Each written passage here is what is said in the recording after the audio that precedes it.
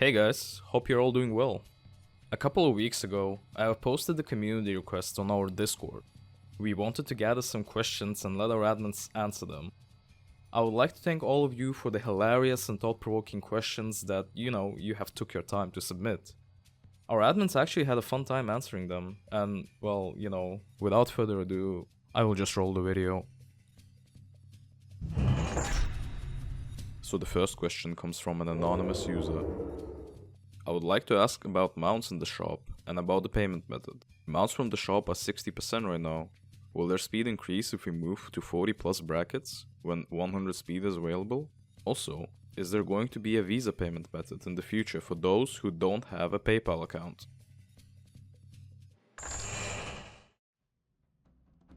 Okay, so I don't see why not introducing the 100% ones into the shop. However, it will not be like the current mounts will be faster. So if we can add like new mounts, there will be 100% speed to the catalog. And then there will be also the old ones that will stay like that. And of course, the prices can always change according to in which content we are and other factors. About the payment method, I don't manage that part myself, but yeah, I don't see why not introducing more and more payment methods so more and more users can use it. But I think PayPal already allows several paying methods. Not everyone knows it, but with PayPal you can also pay using your bank card. Using PayPal allowed the user to use also other credit cards. There is an option that on the website of PayPal that allow you to pay also with other credit card without using a PayPal account. I think that Jan also will answer with more details about the pet mounts cost. To be honest, I didn't think about it. Not sure if there will be the increase. I think so, because we need to make a distinction. But actually, if we pass to the next brackets, maybe for with the speed 100%, we could also decrease the old one and put the new one with the same price of the old one. But I'm not sure. Of course, I still need to discuss with the other. But yes, we want to make a difference. Yeah, so as regards the mounts, the ones with the 100% speed, I think that they will be available. For sure, we will take care of not selling any sort of, let's say, super rare mount, just to make the grinding useful in game. But yeah, for sure, we are gonna sell some of these mounts that are 100% speed. As regards the payment, to be honest, as far as I know, PayPal also allows you to send money with credit cards, not only if you have the PayPal account. But I'm not sure about what kind of payment we will set for the website. For now, we only support PayPal. This question was submitted by a user called Grasswalker. Summoning is complete. If all of the staff members were put into a Hunger Games style arena and only one could survive, who do you think would win and what would be the strategy? Jesus, this is the hardest question. I don't know. I have no clue, to be honest. Maybe Honey, because Honey have the whip in his hand. I have no idea, probably because I haven't watched Hunger Games, because I was too busy fixing WoW bugs. I'd say, yeah. So I'd participate to the Hunger Games just to see Jennifer Lawrence, nothing else. Okay. The question was submitted by Lil Rumsfeld or Fingon. What is it? How many hours per week do you spend on working on this project? I haven't counted them. However, I think basically I spend nearly all of my free time right now on this project. So I currently work full time, my real life job. And then after that, yeah, I spend, I don't know, probably at least 3 to 4 hours per day during the week. And then in the weekend, sometimes I spend the whole day, and some other times I also go out and do some other stuff. So yeah, pretty much from my side. From my side, I also spend my spare time on this, only my spare time, because I have a full-time job. So the average should be like 3 hours per day.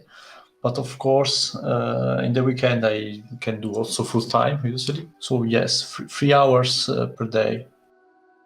It's very variable. As you know, many of you know, I guess, I have a real life job, which takes me a lot of time. So depending on my real life schedule, I can spend, I guess, from, let's say, 5 hours a week to twice or 3 times more. Yeah, I'd say I try to spend my free time with ChromieCraft when it's possible.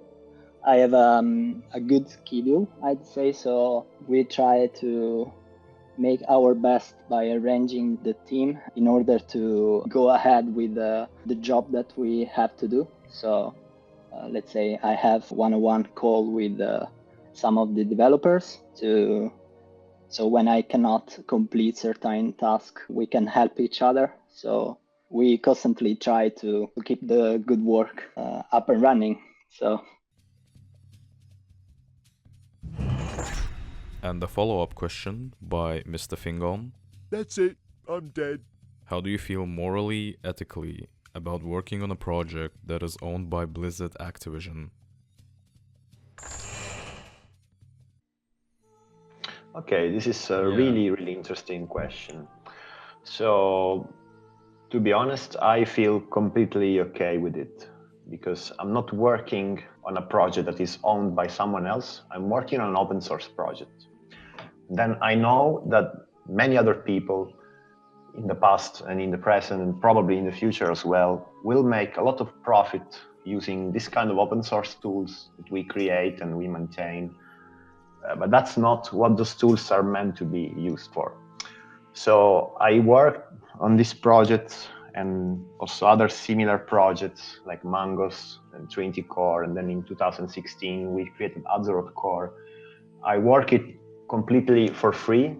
I don't gain anything from it. I don't use any copyrighted material. All the code that I use is public, and there is nothing wrong with writing this kind of code. So the software itself that we built is not illegal. It might be illegal using it in a certain way, but that's not what I do. So I'm not concerned. From my side, I started to work on some emulator of private server World of Warcraft, like a hobby that helped me really a lot to grow up and to learn.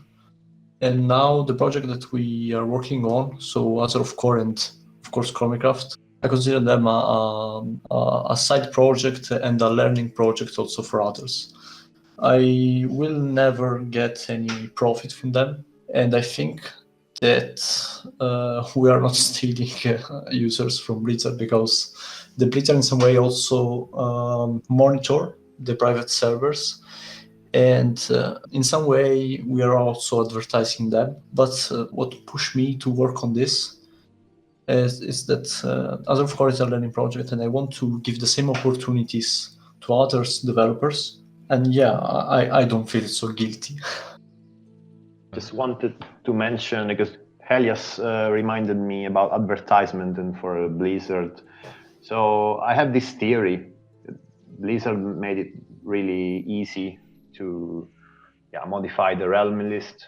I'm not saying that it could have been like impossible to modify, but they made it pretty easy. I also talked about this in my thesis that I did about WoW emulation.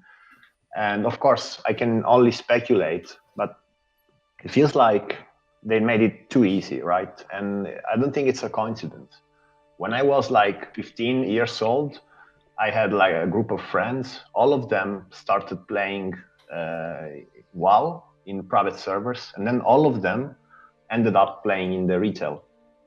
And I don't think that any of them would have just gone to the retail without trying it first in a private server. I don't feel bad doing it just because, as Shane said, we are working on an open source project that has all the licenses to do what it does. We don't change anything as regards the client. And as far as I know, this is perfectly legal from our side. So my final answer is no, I don't feel like that. User by the name AMRX or Construct asks, For justice! other than the desire to improve a core and make it open source, what led you to make ChromieCraft? Well, for sure, what I can say is that I love software development at any level. So it's not only about creating the server that supports the game, but it's also creating all the software that is around. So such as the website, such as the applications, and every tools that we are creating to make this ecosystem working. But also I have a strong feeling with the game itself. So I love the environment, I love the atmosphere, the lore behind, and I started play World of Warcraft as a role player at the beginning. So the first thing I always loved was the lore and the environment of World of Warcraft, right? And right after, I decided to take in consideration the software development. So before the open source project, there is a gamer who always loved World of Warcraft. And that's why we created ChromieCraft to try to recreate the original feeling of the Wrath of the Lich King. Actually, we always developed for our open source community, like Trinity Core Mangoes, and later we made Azure Core. But we also tried to work on a server. We really were staff member of several servers. I think that ChromieCraft was born also to have a common server with the other, of course, developers, contributors, and this can help also the will of the developers to continue to contribute. You know, a lot of contributors have the time to maybe test the issues and fix the bug reports, but maybe not to manage an entire server. With ChromieCraft, they have also the opportunity to join us and be part of something that is in production. And this will also improve the quality of Azure Core and the quality of communication between the users of Azure Core, so the players, and the project itself, the contributors, etc. Okay, so ChromieCraft was not exactly made for that. I mean, that's of course one of our main goals, but working on open source cores, it's something we've been doing for many years. Before with Mangos, then with Trinity Core, then we founded Azure Core in 2016. And so we have always been working on such stuff, either on our own or helping other projects that use this software that didn't matter. Let's say one more reason to open such a realm like ChromieCraft is not only because the Azure Core project benefits a lot, but it's also for ourselves, because that's something we do as a passion. So we are really enthusiastic in seeing a lot of users actually playing with the code that we write. So that gives us an extra layer of satisfaction, if I can say that. The intention of creating a server that officially uses open source software, because we know that like most of them, they are using open source softwares, and some of them contribute back. The majority of them don't, but still, the players that playing on the other realms, they have no idea what emulator they are running on, and it's also about what developers are doing, stuff like that. So we also wanted to connect the players with the WoW emulation environment. A user by the name Hamriel has submitted a question. Pile on! Who is the real dad in the development team? Okay, this is a funny question, and I can answer.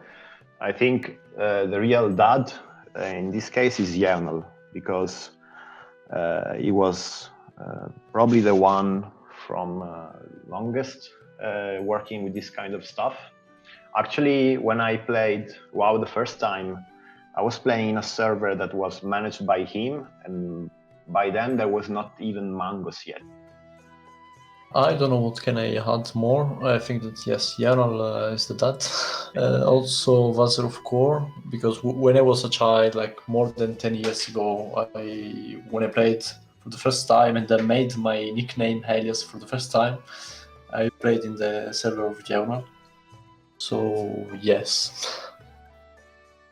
The real dad. That's a quite interesting question, I'd say. Yeah, there is no dad. Let's say, if we want to chronologically find the first one who bootstrapped the project, it was me. But right after Shin joined, and I can say that Shin invested a lot more than me in the latest years. So I worked a lot on this project from 2016 to 2018, but in latest years I can say that Shin is the new dad of the project, of the open source project. So he's following everything and he's carrying out the Azeroth core. So yeah.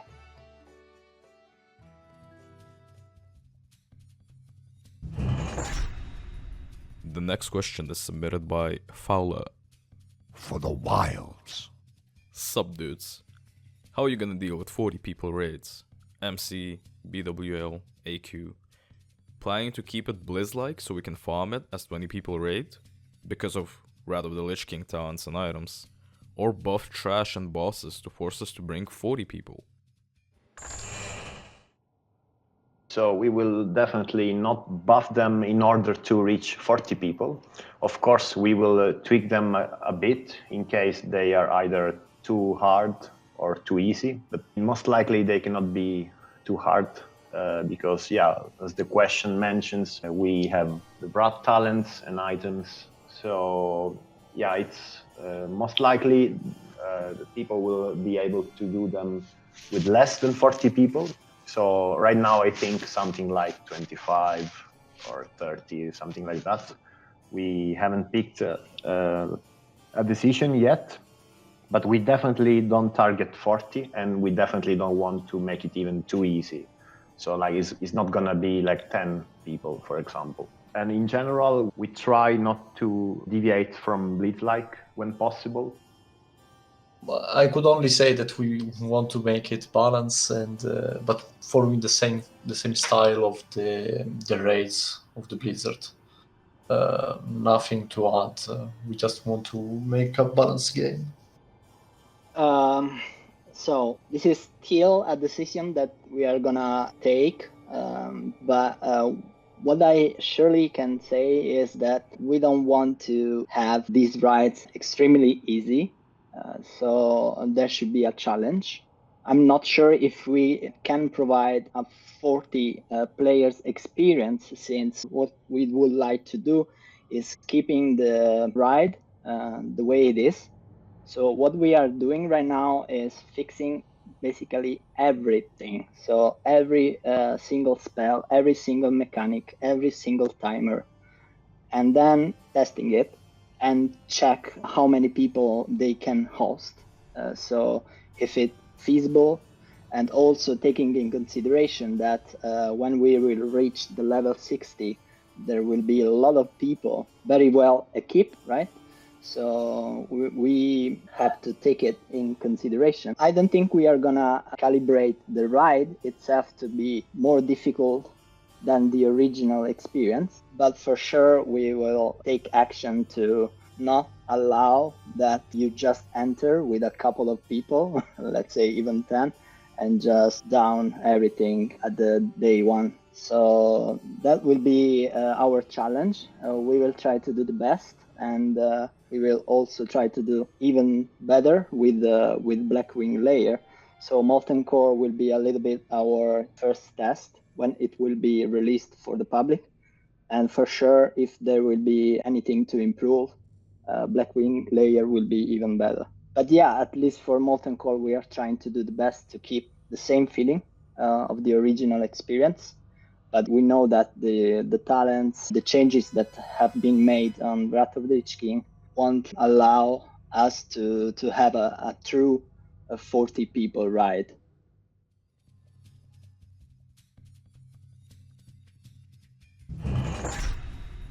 A user called Brainwreck asks, What does the future hold?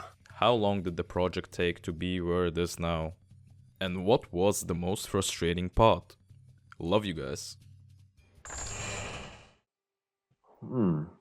Interesting question. So it depends what the user means with the project, because ChromieCraft is a project that lives only since late December, more or less. But I feel like it is part of course, a bigger project, which is Azeroth Core, which is also kind of part of the big WoW emulation scene derived from Mangos and Trinity Core. So I can tell you that ChromieCraft was born a few months ago, but Azeroth Core, which is the father project of ChromieCraft, was created by us in mid 2016. And what is the most frustrating part? So for ChromieCraft, of course, it's a bit frustrating, like every opening at the beginning, unless you have like a big advertisement, a lot of money you can invest in pre-advertisement, so before you open the server. And if you don't do strange things like faking your numbers, etc., or using bots or whatever, then it's indeed frustrating to see only like 10 people online playing or 20, because we got these kind of numbers during the first couple of months. So that's definitely the most frustrating part. And then I can say in general about Azeroth Core and WoW emulation, for me, the most frustrating part is seeing your work that you write for passion, that you write open source without earning anything, seeing it used by someone else that is maybe making profit out of it, and it's not even giving you the proper credits, even if he doesn't make that profit, but he claims that work was made by him or her. So that's quite frustrating, but that's not something new. That's something that always happened with WoW, open source, and private server. We literally are standing on the shoulders of giants. We couldn't open ChromieCraft or other projects if it wasn't for years and years of development from many different contributors, from many different nationalities. With their dedication, they made projects like Mangos, Trinity Core, and later on Azeroth Core possible with their efforts. How long did the project took to be? Where is it now?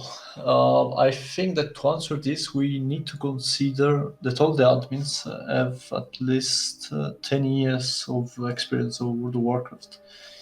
And also we have side experience with manage the web development, the server, so like sysadmins technically. How long it takes? Actually, we made ChromieCraft on December, but we need to consider also our past to give the answer to this.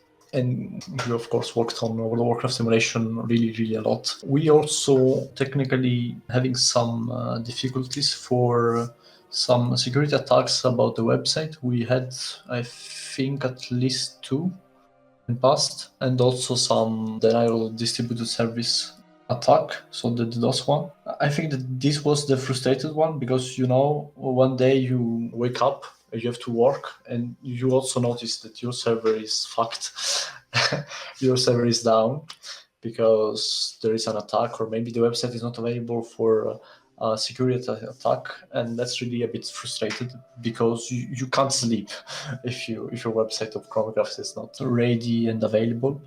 A lot of players can report, a lot of user and staff, etc. It's not so frustrating. It's something that can happen, but it's really huge when you receive it.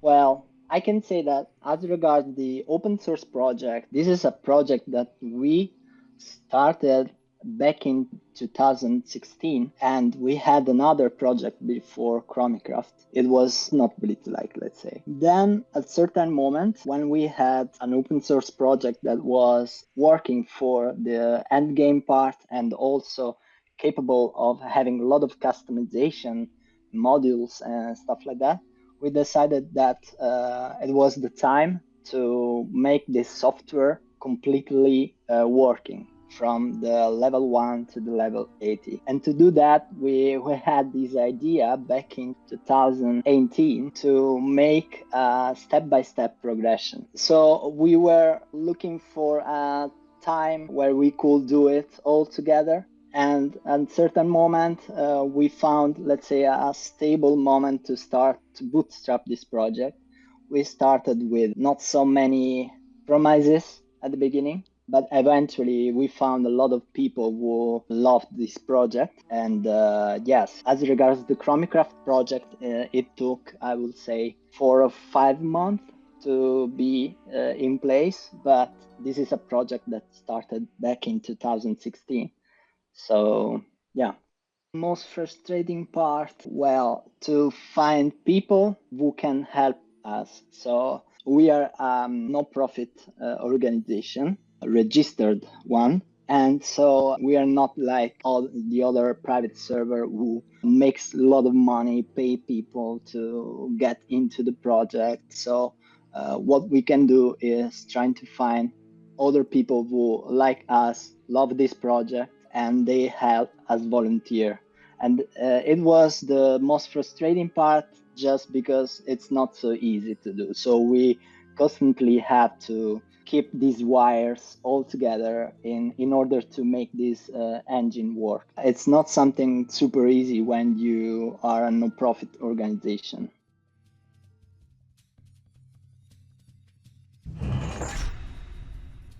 A question from an anonymous user. Will Molten Core and other raids be buffed? And to what extent? Will we have a challenge? Also, will it be 25-man or 40-man? And how long roughly will the 60s bracket last? 2-3 months per raid?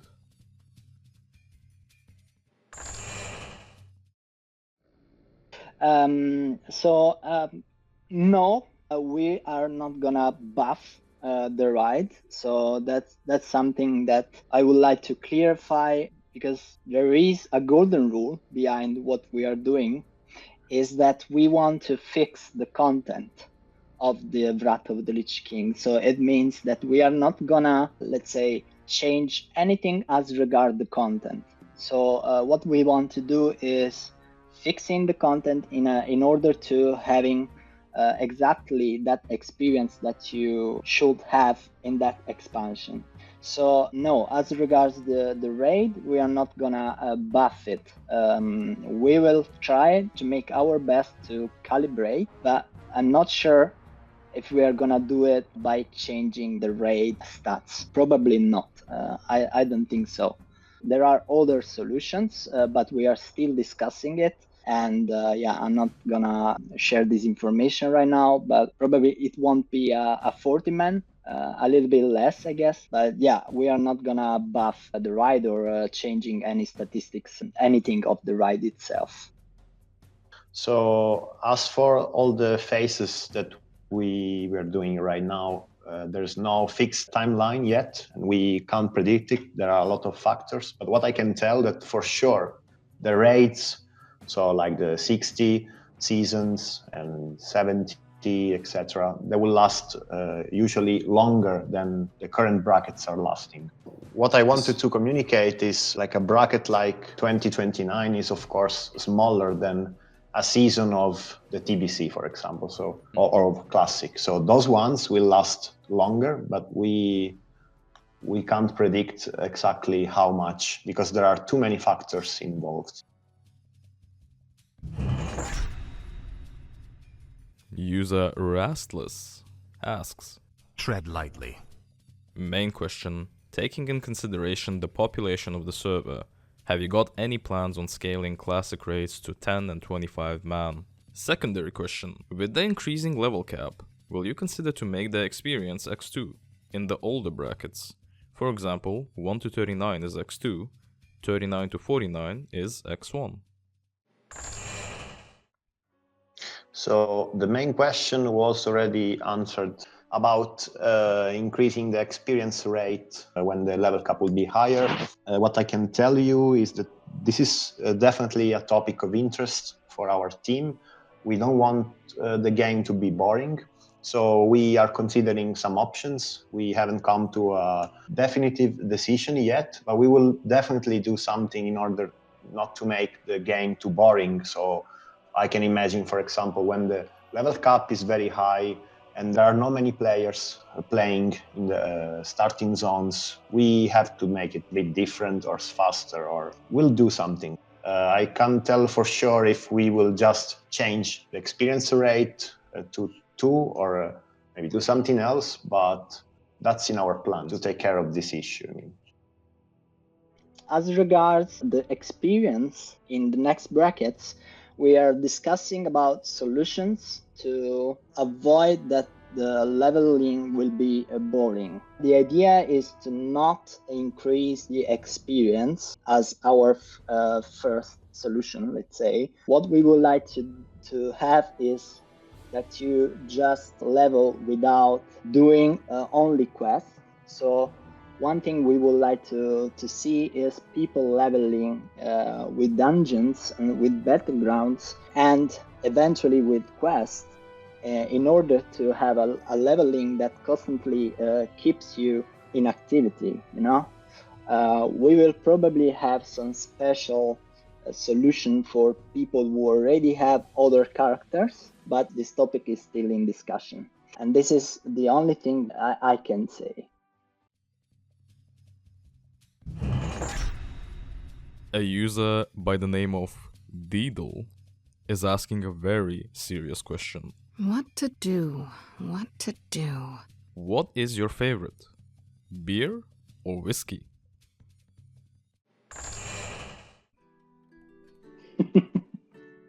So, wait a second, yeah? To say it properly. No, I cannot pronounce it. All right. So it's not English, that's why probably Hane can add the correct pronunciation. By the way, I'm a fan of the German beers.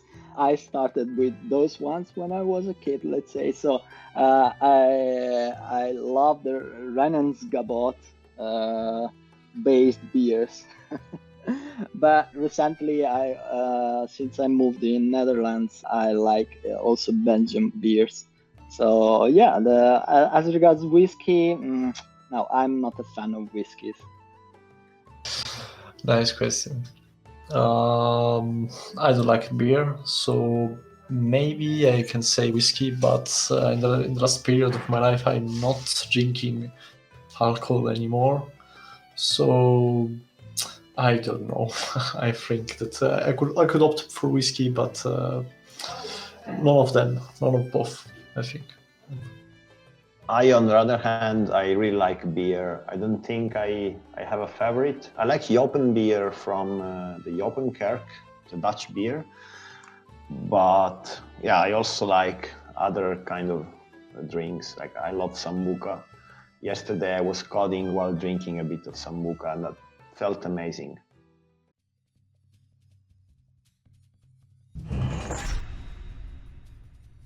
An anonymous user has asked a question. How much money does it cost to run the server? And how much have you guys made so far? So there's no really one fixed number about how much money does the server cost, because there are a lot of costs that are different and can vary from month to month. It's not only renting the physical host, but it's also paying for advertisement, and also we invest a lot on open source development via Bounty Source. What I can tell you that so far we have invested $1,000 in open source development using Bounty Source. All the money we get, we will spend in either open source development or paying for advertisement campaigns or buying a more powerful host and stuff like that. What we invest via Bounty Source is totally open and transparent. And also the Azeroth core developers, and I think also the users, can see what we spend and where we invest more money, which reports, which issue. So it's transparent from that vision. There are several costs, okay? There is the server, there is the game server that costs almost 70 euro right now, and we are planning to get even better server in the next couple of months to face the growth of the community, you know? There is the web server, our domains, and there are a lot of other things we pay to keep this engine working, you know? So what I can say is that by our side, we spend time and money to keep the server up and running. So for instance, I'm personally paying the game server, such as Sheen and Helios. They are doing the same. We don't want to spend the donation to pay the server, since we have an actual job and we can pay that one by ourselves. So our donations are literally spent for the development with the Bounty Source, advertisement to guarantee that more and more people can join us, and all these things that are around the cost, the fixed cost of the server, you know?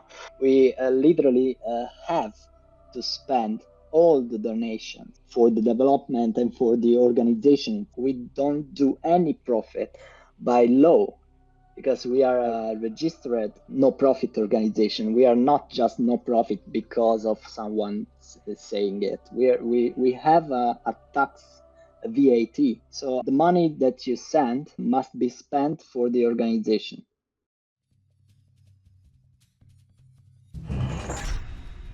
User Rond has submitted a question. Well played. Will it be possible to eliminate all the bugs? Not talking about the quote Blizz-like ones.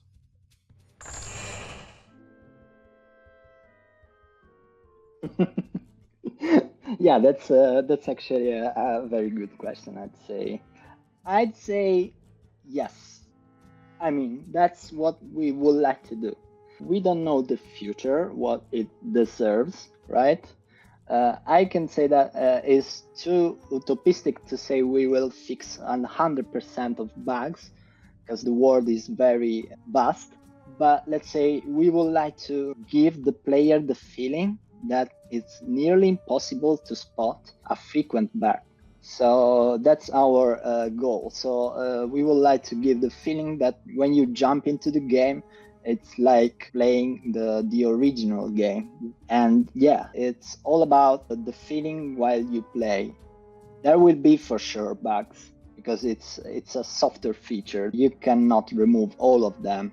But we will reach that point where we will have, let's say, 99.999% of fixes. And that's our goal. Well, to be honest, that's never possible. With any kind of software, any software has bugs. That's like a rule. There are also theories about that for every amount of code lines, there are a certain amount of bugs. So we will certainly do our best to fix as many bugs as we can. But whoever is selling you the idea of a server or any software in general, that this software is without bugs, then he is probably lying, because there is no such software without bugs.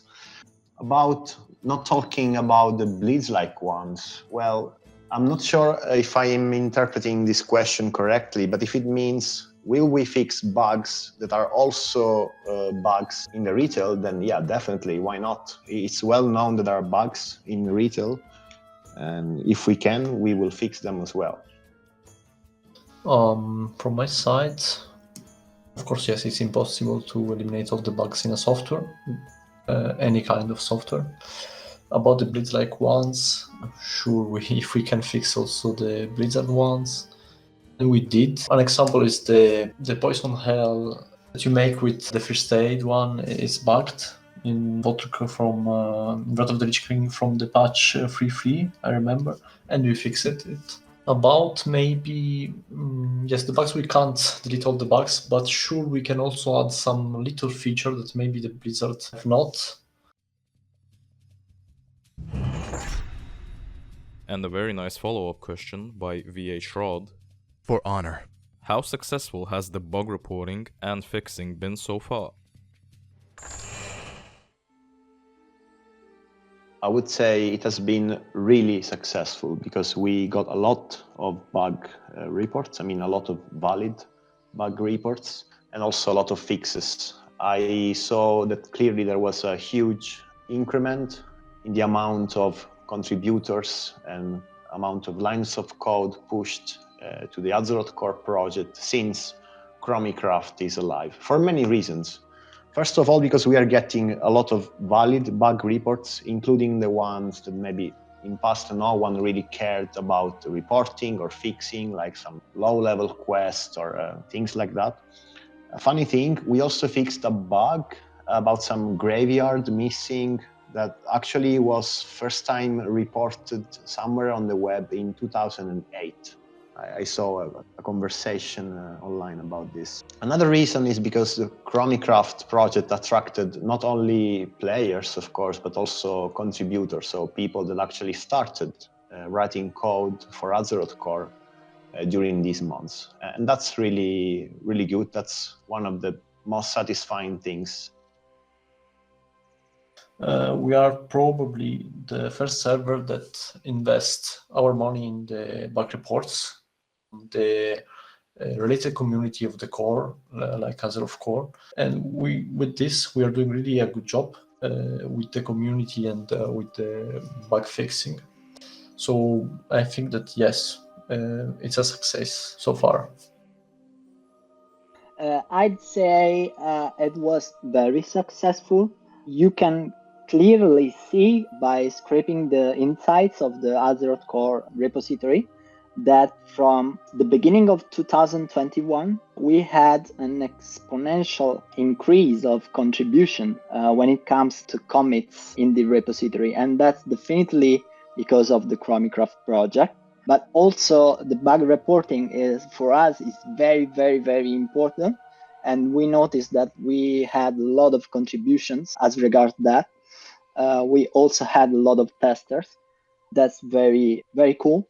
And I really suggest all of our players to at least try to help us with contributing to testing and bug reporting. And eventually, if you like to be a geek, let's say, that would be great to have some of them in our Azeroth Core project. A question from the user Xtab. I can ease your pain. Have you ever thought of removing the role-playing PvE server name? PvP is very active. There are people who even do just that. It is a server active at 365 degrees. It would be pretty bad if a purely PvP player did not visit the server due to this name attributed.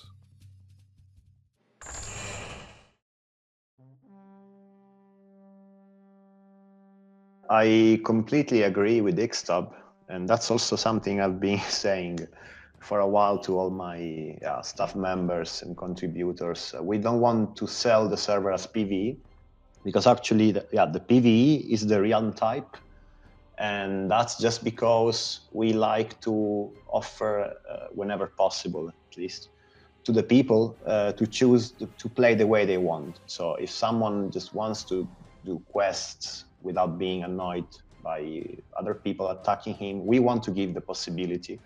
That's why we did this an RP PV realm. But then people is also free to flag PvP on and do world PvP. But yeah, I completely agree. The server is 365 degrees and PvP is really active. Myself, I'm also a fan of PvP. The decision of having RP PvE is literally only technical, because what we want is having that features in game. So having the possibility to switch the flag for the PvP and stuff like that. But yeah, I agree that it's kind of confusing since we care a lot about the PvP. We would like to have, let's say, a community that can do 50% PvE and 50% PvP. You know, trying to balance these two types of the game, and we are also trying to find solution. It's just a technical decision to have that one, but we care a lot the PvP part.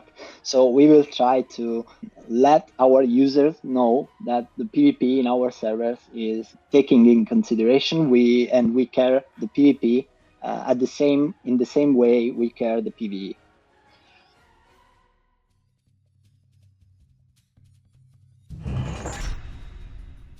Aria has submitted a question.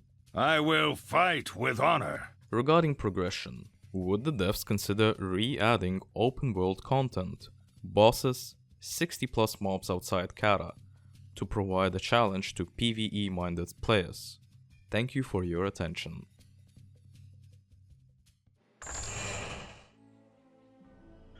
So let me try answer it. As regards the re-adding of the content, for certain things it's doable, and we are taking in consideration it. For instance, the chain quest of the Ankirai raid to get the scepter. That would be something that we are considering to re-add. But also when it comes to the attunements for Molten Core, for instance, that's also something that we are discussing. So we are going to take in consideration the possibility to re-add them. But when it comes to change certain part of the game to resemble the classic, so for instance, as he said here, the level 60 plus mobs outside Kara, I'm not sure about that, because it requires to change an entire zone to resemble the classic, and it's just a temporary change. And but our focus, as I said at the beginning, is to make the Wrath of the Lich King content fully working, not resemble the original classic experience, you know. So what we can add, we are taking consideration to add certain things, but for other things we probably won't do that.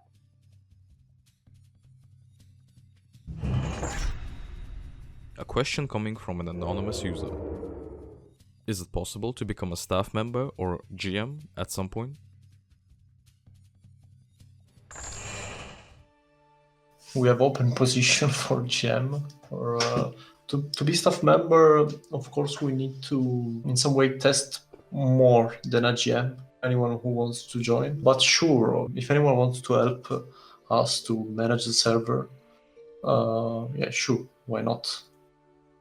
Yeah, yes, it's definitely possible to become a staff member of GM at some point. We are constantly looking for new contributors, and also being an open source project allows us to allow anyone basically to contribute. And I'm not speaking only about hard technical tasks, but also about easy ones, which are also important for us, like testing or bug triaging, support and other things. So if we see like a contributor who's really active and helping a lot, is also dealing well with the community, then we we observe contributors, and at some point we offer them to join the staff if they are willing to. That doesn't mean that all contributors will join the staff, because some contributors are just, they either don't fit or they are fine to be just contributors, they don't want to commit.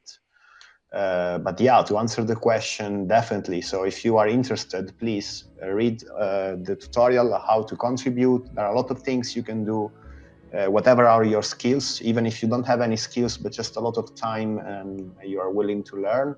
So start contributing and then we will come to you. Wow, yeah, absolutely.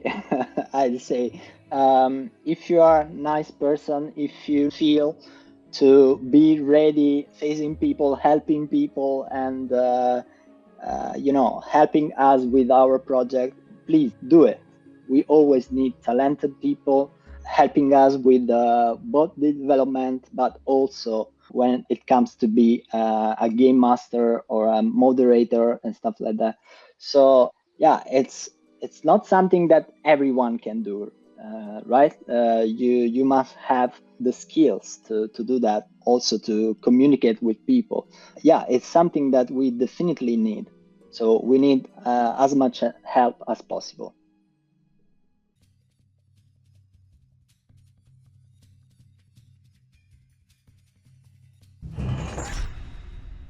Another question by an anonymous user. What's going to happen to the server after the server reaches Wrath of the Lich King endgame content? No answer, to be honest. Let's see until the end of the Lich King. No, I don't know. Let's see if Sheena has a better answer. Well, to be honest, it's impossible to predict what will happen after the last season of the Wrath of the Lich King. So if I would say something now, I would probably lie, because there are just too many factors to take into account, and there will be still a long time before we reach that point. So it's hard to make predictions.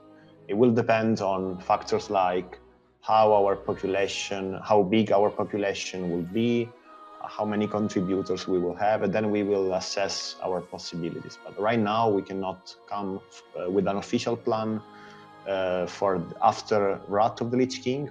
I think we came up with a good plan until that point, which is already kind of a long roadmap.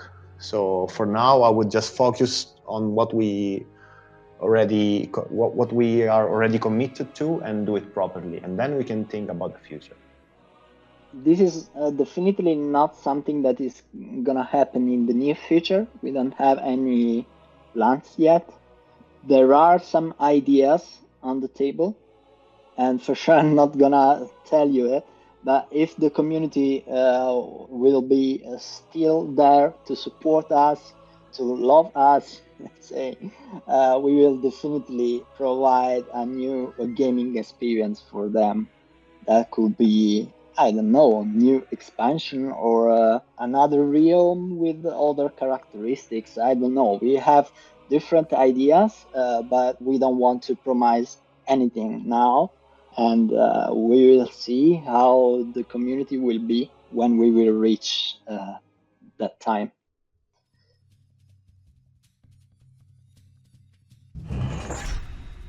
Kurros or Kurose has submitted a question. Well played. If ever, when might there be added a transmog system?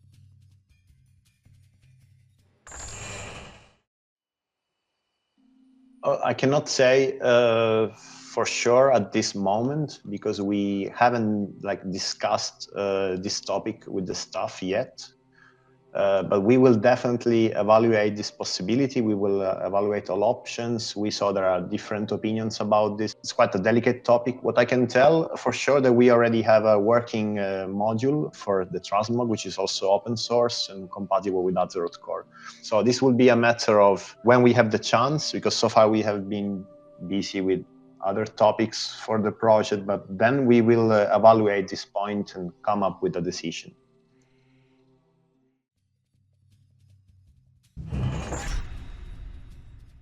And the final, yet very important question. Lil Seoul asks, do you like anime?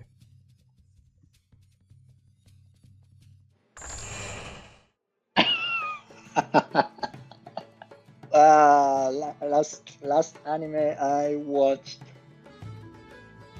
oh god, entirely, maybe Dragon Ball. Yeah, I'm not a follower. I'm not a fan of the anime. I watched them when I was a kid, but the most classic one, you know. So yeah, no, I'm not definitely one of them. Sorry for that. I know it's a trend. Yeah. Definitely yes, I like anime.